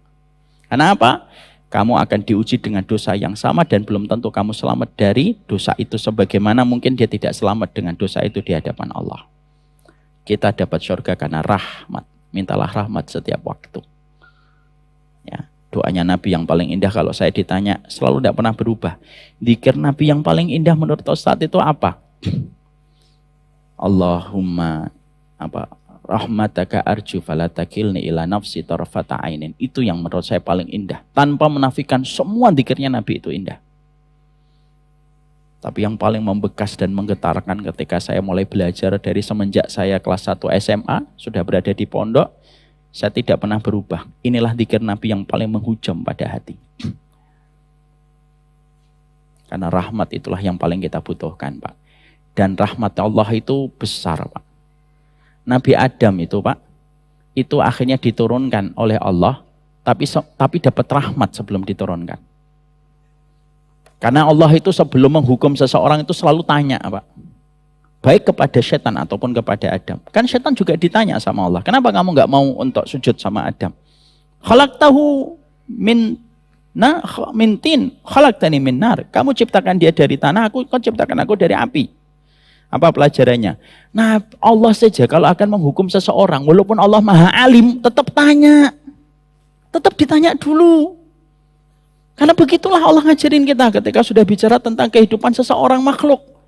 Maka ketika dijawab sama setan, engkau ciptakan dia dari api, engkau ciptakan dia dari tanah, engkau ciptakan aku dari api.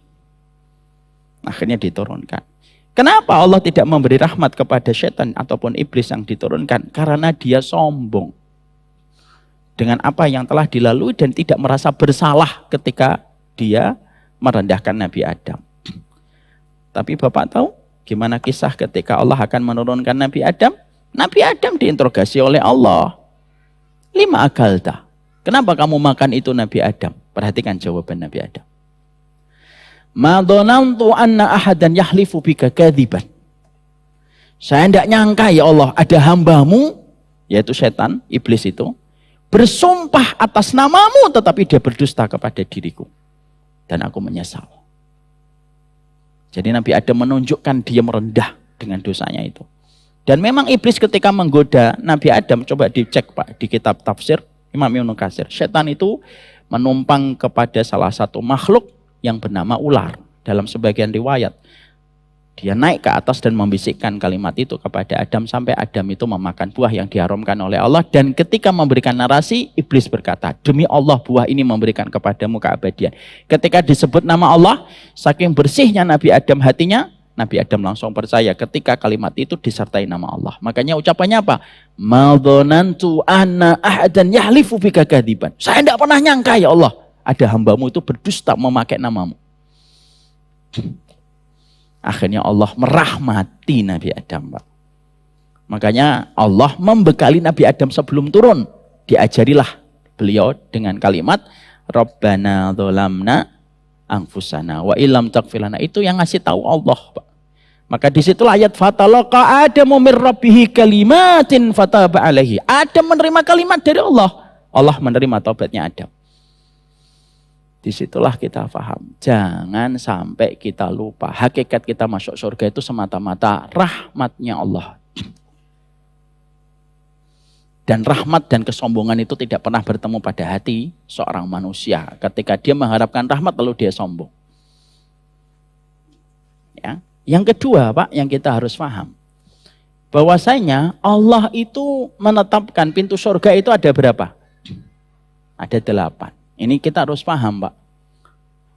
Maka sesungguhnya pintu surga itu ada 8. Kenapa kita mendapati surga itu pintunya ada 8? Padahal biasanya komplek perumahan mewah, gerbangnya 1. Ya atau tidak yang hidup di komplek perumahan mewah, Pak Haiban? Biasanya komplek perumahan mewah itu gerbangnya 1, supaya aksesnya cuma 1 untuk minimalisir maling. Kalau ada perumahan banyak pintunya, nah itu biasanya bukan perumahan rumah mewah, tidak apa-apa namanya rumah mewah. Tapi kenapa surga itu pintunya 8, Pak? Ada 8, pintu sholat, pintu puasa, pintu sedekah, pintu jihad, pintu aiman, pintu ridho, pintu tobat, pintu memaafkan. 8. Maka di situ ada keterangan yang paling bagus, yang sangat relatable dengan pintu surga itu ada 8. Perkataan siapa Ustadz? Perkataan Imam Malik. Apa perkataan beliau? Innallaha qassamal a'mal kama qassamal arzaq. Allah membagi amal kepada manusia sebagaimana Allah ngasih rezeki. Makanya kita hormatin orang. Karena bisa jadi potensi amalnya tidak sama dengan potensi kita. Ada di antara Bapak tahajudnya susah, Pak, tapi puasanya gampang. Ada, Pak. Tidak usah Bapak jawab pun saya tahu, pasti ada. Kalau sholat tahajud susahnya luar biasa. Dibangunkan istri tidak bangun. Ada gempa pun nggak bangun juga. Masih ngerok. Gitu. Tapi giliran puasa gampang, Pak. Ada di antara kita sholat tahajudnya gampang, selalu bangun. Disiplin, 3:30 selalu bangun. Ya. 4:38 subuh dia sampai 1 jam dia nunggu. Dia sholat terus tidur sebentar baru sholat subuh. Tapi giliran puasa susah, Pak. Setiap melihat gelas berembun dikit batal. Apalagi melihat warung Padang di perempatan jalan. Udah lah nggak apa-apa besok aja puasanya. Ada yang kayak gitu. Yang ketawa-ketawa semoga diampuni dosa-dosanya. Ada yang gitu, Pak. Ada yang terkadang susah, Pak. Nah ini cerita lagi. Ada yang susah tahajudnya, susah puasanya, tapi sekalinya sedekah luar biasa. Butuh berapa Masjid Al-Falah? 200 juta, Pak. Ya sudahlah nanti saya transfer 2 miliar, Masya Allah. Agak-agak sombong dikit sih, tapi tapi dia dimudahkan untuk sedekah. Maka cara kita melihat orang itu kayak gitu. Mungkin ada saudaramu belum pandai dia mengamalkan apa yang kamu kerjakan. Tapi dia memiliki amalan yang dia hanya Allah yang tahu tentang apa yang dia perbuat. Dan memang potensi rezekinya di situ. Tidak bisa kita paksakan ukuran sepatu orang dengan ukuran sepatumu dong, Mas. Tidak bisa. Karena salah satu di antara ketiadaan kemakrufan kita pada hati kita itu apa? Memaksa ukuran sepatu kita kayak ukuran sepatu orang lain. Ya udah bisa. Khalid bin Walid itu potensi amalnya tidak sama dengan amalan-amalan kayak semacam Ibnu Abbas. Yang tidak pernah beliau itu lengser dari Quran. Beda dengan Khalid bin Walid. Tidak punya waktu sebanyak Ibnu Abbas ketika bermuamalah dengan Quran, Pak. Makanya setiap beliau itu melihat Quran, beliau nangis. Khalid bin Walid. Apa perkataan dari Khalid bin Walid kalau melihat mushaf? Dia berkata, syaghalanal jihad angka. Kami disibukkan dengan jihad sampai belum sempat membaca engkau terlalu banyak. Nabi pernah mengaibkan? Enggak, Pak, enggak pernah mengaibkan satu persatu. Nabi menghormati dan menghargai setiap orang. Kita ini butuh figur seorang guru yang menghargai potensi umat yang berbeda-beda. Kita butuh figur seorang guru dan seorang ustadz yang dia itu melihat potensi umat itu tidak semuanya sama dengan versi yang dia pikir. Karena apa? Allah jadikan pintu surga ada 8, Pak. Makanya nanti ada orang yang dipanggil pintu sholat, pintu puasa enggak manggil. Pintu puasa tidak manggil dia, tapi pintu sedekah manggil. Pintu puasa, sholat, sedekah, jihad, aiman tidak memanggil dia, pintu tobat manggil dia. Pintu tobat tidak manggil dia, pintu memaafkan, Pak. Karena dia banyak tersakiti dan selalu ridho dengan orang yang menyakitinya. Kayak Abu Dhamdham radhiyallahu anhu. Masuk surga, Pak. Tidak semuanya, semua versi dengan apa yang kamu lihat. Dan dunia ini tidak terbentuk sesuai dengan apa yang kamu inginkan. Allah pun adil, membagi pintu surga ada 8. Makanya saya itu selalu berkata kalau ada orang yang kadang-kadang tidak cocok dengan pendapat saya berkata, Bapak boleh ambil, boleh tidak, karena ini subjektivitas saya. Selalu berkata, mungkin dia punya amal yang dia rahasiakan di hadapan Allah yang saya tidak tahu amalan itu. Dalam masalah ini saya nggak cocok sama dia. Tapi mungkin dia punya amalan rahasia di hadapan Allah yang tidak kita ketahui. Itulah, Pak, kenapa kita mendapati orang yang mati husnul khotimah itu, Masya Allah, beda-beda, Pak. Walaupun terkadang pilihan fikihnya tidak sama dengan pilihan fikih kita. Tapi matinya meninggal dalam kondisi husnul khotimah. Bukan berarti kita akhirnya merelakan dan akhirnya kita mengambil apa aja. Oh enggak, tetap pilih yang paling kuat menurut ilmu yang kita pelajari. Menghormati orang itu penting karena bisa jadi dia melakukan sesuatu yang kita tidak sadari. Lalu Allah membeli amal itu dengan rahmatnya. Kita tidak pernah tahu, Pak. Ada orang yang kadang salah 1, 2 masih salah, Pak. Nggak sesuai dengan apa yang ditunjukkan Nabi. Tapi bisa jadi kesalahan itu tertutupi dengan amalan besar yang dia sembunyikan. Di mana Allah membeli amalan itu dan memaafkan kesalahannya ketika tidak ngikutin Rasul. Karena manusia tidak ada yang sempurna. Saya ambilkan sebuah contoh yang gampang. Saya janjian sama istri saya. Kita ketemu ya di warung Padang gitu. Jam berapa, Bi? Jam 1 siang. Oke, jam 1 siang. Istri saya datang ke warung Padang. On time, jam 1 siang sudah datang. Saya, Pak, ditunggu sama istri saya. 1:30 belum datang. Di telepon nggak nyambung. Di WhatsApp centang 1.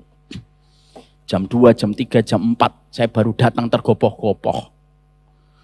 Istri saya, ya Bapak pasti tahulah istri kita kalau kita telat 4 jam.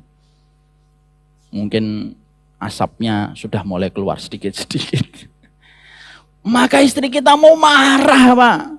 Lu kamu itu gimana sih, Bi? Janjinya jam 1 ini. Lu jam 4 kok baru datang. Maaf, tadi saya ada satu keperluan yang betul-betul saya harus selesaikan. Dan qadarullah handphone saya mati. Tapi saya sudah menyelesaikan keperluan saya. Istrinya tanya, keperluanmu apa, Bi? Keperluan saya adalah membelikan kamu kalung dengan harga 70 juta. Ini kalungnya. Yang ketawa-ketawa jarang membelikan kalung. Makanya saya nggak ketawa, Pak. Tapi juga nggak membelikan kalung. Maka istri kita ketika mendapati kalung emasnya itu, Pak. Kalung emasnya itu, kira-kira dia tambah marah atau senyum, Pak? Hah, apa, Pak? Senyum. Tuh. Ketawanya istri kita di sana itu senyum, Pak. Bahkan dia akan ngomong, Mas, lain kali telat 6 jam ya gitu. Itu analogi paling simpel, Pak. Bahwasanya bisa jadi ada orang yang kita tidak ketahui dia mendapatkan rahmat di balik apa yang dia sembunyikan. Kenapa? Mungkin tidak pandai dia memberikan citra kepada dirinya ketika berbuat amal. Mungkin tidak sepandai kamu ketika citranya baik. Tapi dia punya amalan rahasia di sisi Allah. Saya punya jamaah meninggal di Masjid Nabawi, Pak. Dari pilihan dia dari metode dia berpakaian tidak sama dengan metode saya ketika berpakaian dalam pilihan-pilihan ijtihad fikih yang saya pilih. Ya. Dalam masalah sholat saya melihat ada beberapa gerakan yang saya pernah negur, Pak, harusnya begini, pendapat yang menurut saya paling kuat itu begini, Pak. Walaupun itu ada pendapatnya, saya pernah nyampein kayak gitu, Pak. Meninggalnya di Masjid Nabawi, Pak. Coba.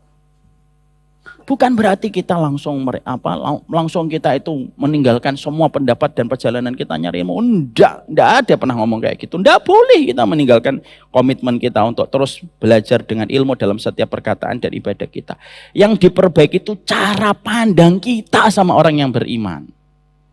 Itu saja yang saya selalu sampaikan. Cara pandang kita, walaupun meluruskan tetap meluruskan. Makanya yang kedua kita paham, kenapa pintu surga itu ada 8? Karena potensi amal manusia itu beda-beda, Pak. Makanya kita mendapati kayak ormas-ormas besar di Islam itu, makanya mereka punya spesialisasi beda-beda, walaupun mungkin tidak ada yang sempurna. Kita juga nggak sempurna kan. Muhammadiyah sosialnya bagus, NU mungkin dakwahnya di grassroots juga bagus. Ada teman kita mungkin di Al-Irsyad gitu, yang dia menampung para pedagang-pedagang Arab yang akhirnya mereka berkumpul di sebuah jamiah yang bernama Al-Irsyad gitu. Ya memang beda-beda. Ada kekurangan, Ustaz, mana sih kehidupan kita itu tidak ada kekurangan. Kemaksuman itu miliknya Nabi dan telah pergi bersama dengan wafatnya Rasulullah SAW. Maka hormatin. Gimana pintu surga mengajarkan kita ada 8, Pak. Makanya maaf ya, ibu-ibu enggak usah memaksakan suaminya atau kita memaksakan istri kita. Itu semuanya sempurna. Itu lebih, sholat tahajudnya yang panjang, puasa sunnahnya yang terus, sedekahnya yang kenceng. Kadang itu enggak bisa. Kalaupun ada yang bisa, alhamdulillah tidak ada tempat bagi dia bersyukur kecuali Allah semata. Tapi maaf ya Pak, jangan dipakai perkataan Imam Malik untuk melegalkan kemalasan kita beribadah. Tapi kok nggak tahajud, Allah membagi amal sebagaimana. Ini namanya hillah, tipu muslihat menggunakan dalil. Ya, ibu-ibu kalau ada yang nanti suaminya ngomong kayak gitu, lapor ke saya, Bu. Oh, katanya banyak, Pak. Makanya yang kedua. Yang ketiga, kenapa Rasulullah mengatakan bahwasanya surga itu sedekat tali sandal? Maksudnya apa? Innal jannata aqrabu ila ahadim minkum min syiraki na'lihi. Sesungguhnya surga itu lebih dekat daripada tali sandal kamu. Artinya apa sih itu, Ustaz? Artinya kita di antara amal yang kita lakukan, kita itu tidak pernah tahu di antara amal mana yang bisa mendatangkan rahmatnya Allah. Makanya Rasulullah dalam hadis riwayat Muslim menceritakan, ada orang, Pak, saking gembiranya masuk surga, lebih daripada anak kecil yang mendapatkan mainan yang setelah dia tunggu berbulan-bulan. Dia lompat-lompat di surga.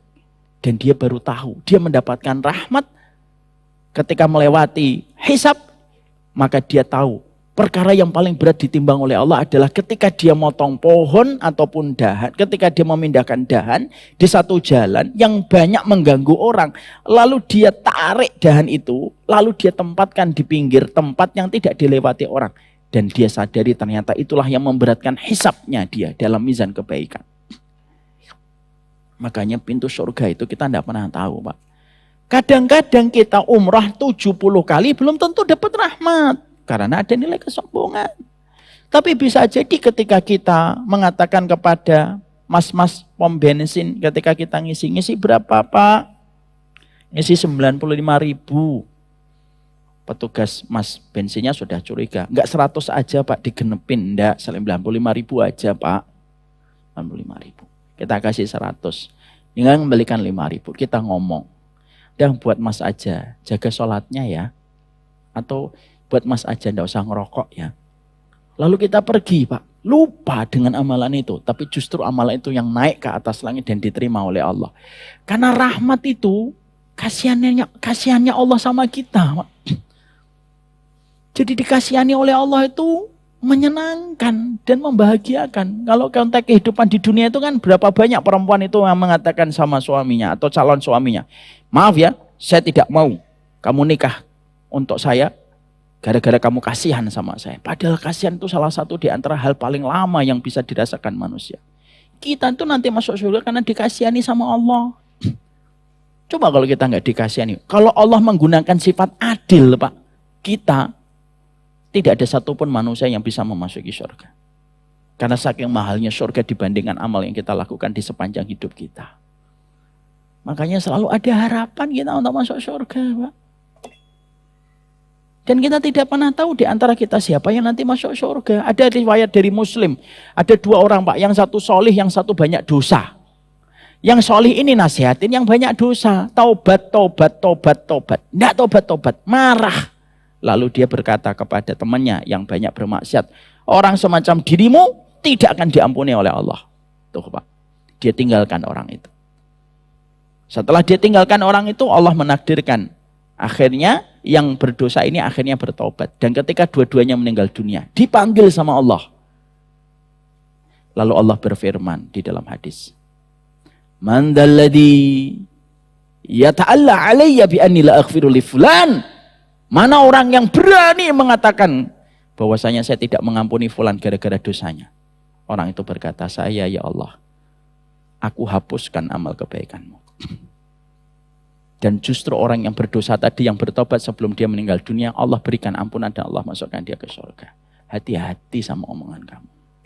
Apalagi sudah berkaitan sama orang. Makanya Nabi tidak salah ketika Nabi mengatakan, sedang tawaf, kemarin saya sampaikan, 1 pekan lalu masih ingat? Saya sampaikan kan perkataan sabda Rasulullah SAW. Ketika Nabi melihat Ka'bah, lalu Nabi berkata, Inna hurmatal mu'min a'dham min hurmatika ya Ka'bah. Sesungguhnya kehormatan seorang mukmin itu lebih agung daripada kehormatan dirimu. Makanya semenjak orang sudah syahadat, Pak, dijaga 3. Damuhu, airduhu, wa maluhu. Kalau seseorang itu sudah muslim, dia bersyahadat kepada Allah, 3 yang langsung dijaga langsung oleh Allah tanpa pengecualian. Hartanya, darahnya, dan kehormatannya. Makanya Bapak kalau sampai hutang sama saya 500.000, nggak bayar sampai meninggal dunia, amalan Bapak tidak bisa menutupi bagaimana Bapak dihambat dari surga karena 500.000 itu. Perkara mubah yang menghalangi surga itu hutang. Kalau uangmu 500.000 saja, yang hutang lalu kamu tidak bayar, bisa menghambat dirimu menuju kepada surga. Apalagi kamu nodai kehormatannya, irduhu. Yang kita semuanya sepakat, Pak, kehormatan itu lebih mahal daripada apapun. Makanya perkataan saya itu kadang apa? Emang saya mencela antum? Emang saya menyesatkan antum? Emang saya menodai kehormatan antum? Karena semenjak orang sudah bersyahadat, asyhadu an la ilaha illallah wa asyhadu anna Muhammadan abduhu wa rasuluh. Semua 3 itu dijaga langsung oleh Allah Subhanahu wa taala. Makanya kembali kepada kaidah tadi, Allah itu mendekatkan surga sedekat tali sandal. Karena kita tidak pernah tahu di antara amalan kita yang mana yang diterima oleh Allah Subhanahu wa taala. Nggak pernah tahu, Pak, kita. Ya, makanya ada seorang perempuan ketika memberikan minuman kepada seekor anjing mendapatkan ampunan Allah Subhanahu wa taala. Padahal berapa banyak di antara kita bukan hanya ngasih minum sama anjing, Pak, sama manusia. Beri makan sering. Tapi kenapa wanita itu akhirnya diterima oleh Allah dan akhirnya diberikan ampunan? Karena memberikannya dalam kondisi paling ikhlas, sebagaimana diterangkan oleh Ibnu Taimiyah dalam Majmu' Fatawa.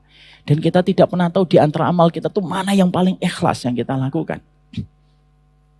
Yang bisa kita kerjakan adalah Rabbana taqabbal minna innaka antas samiul alim. Itu yang bisa kita lakukan. 3, pengertian tentang surga. Surga tidak bisa didapatkan kecuali rahmat. 2, surga itu memiliki 8 pintu supaya memberikan kesempatan setiap manusia untuk mendapatkan surganya Allah. Yang 3, kita harus paham. Sesungguhnya surga itu sedekat dengan tali sandal kita. Berbuat kebaikan apapun ketika kita mampu. Karena bisa jadi amal yang kita anggap remeh, tapi itulah yang memasukkan kita ke dalam surga dan rahmatnya Allah semata. Itulah poin yang pertama. Poin yang kedua tentang Rabbana laghafurun syakur. Poin yang kedua adalah kita akan membahas apa itu ghafur Dan apa itu Ghaffar? Apa bedanya Ghafur dengan Ghaffar, Ustadz? Lalu kenapa asma'nya Allah yang setelah Ghafur itu Syakur? Kenapa tidak Alim? Kenapa tidak Rabbana la Ghafurun Alim? Kenapa tidak Rabbana la Ghafurun Basir? Kenapa tidak mengatakan Rabbana la Ghafurun Rahim? Kenapa Allah tidak memilih ke asma-asma itu? Tapi Allah memilih asma Syakur, yang maha mensyukuri. Itu yang kedua. Yang ketiga, keempat, lima, enam, ini kita akan bahas pada pertemuan kita berikutnya. Insya Allah 3 pekan lagi kita berjumpa Pak Qadarullah. Pekan depan saya safar keluar, terus pekan depannya lagi belum pulang dari safarnya. Jadi saya minta izin sekaligus pula 2 safar, 2 pekan kita ke depan tidak berjumpa. Insya Allah kita berjumpa pekan yang ketiganya. Tapi nanti kalaupun ada penggantinya dan badalnya, insya Allah bapak-bapak tetap hadir. Jangan ngaji karena Umar minta, tapi ngaji karena apa yang disampaikan sesuai dengan kitabullah dan sunnah, dengan apa yang dipahami oleh para sahabat. Tapi saya minta izin perjalanan ini. Saya mohon maaf kalau ada kata-kata saya yang pernah menyakiti, saya mohon maaf. Sebagaimana saya memaafkan Bapak lah insya Allah. Kalau Bapak punya kesalahan dan kita saling memaafkan, saling meridhoi pada kebaikan kita. Ini yang dapat kita sampaikan. Tidak kita buka pertanyaan karena baru poin 1. Karena bisa jadi pertanyaan yang nanti Bapak dan Ibu tanyakan ada di poin kedua dan ketiga. Nah, oleh karenanya, karena majelis itu biasanya dibuka pertanyaan kalau semua ilmunya sudah dibahas. Karena belum dibahas semuanya, baru poin 1. Maka kita tidak membuka tanya jawab. Semoga Allah berkahi kita dan Allah kasihi kita. Dan semoga kita mendapatkan rahmatnya Allah semata.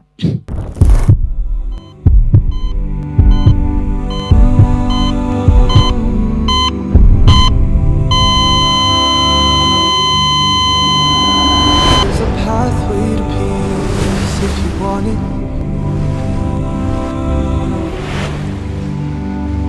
The street is surrounded by thorns. Oh, you'll see and smell roses you think you like, but they're only there so you stray from the course. Every chance that I get when I stand in some love, praying for guidance and hoping He opens my heart. Love when the faith filling up, but I know it'll fall. Hope it isn't for long. But I got it, can't stop it, won't slow up, keep walking. We fall down real often. It's all good, keep falling, keep falling down.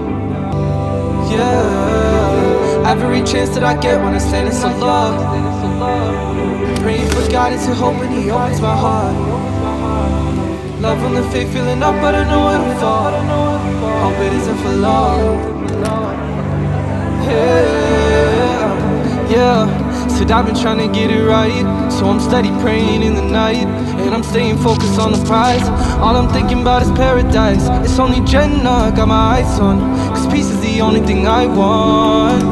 And so I call out, oh Allah, Allahumma anta salam, wa minka salam. It's only Jannah, got my eyes on, cause peace is the only thing I want. And so I call out, oh Allah, you are peace, my Lord. On my knees, I'm on my knees for you. Anything for and it's anything for you. That's all I need. Oh Allah, you are peace. Won't you shower your peace upon me? On my knees, you got me on begging me. Anything for and it's anything for you. That's all I need is you. Oh Allah.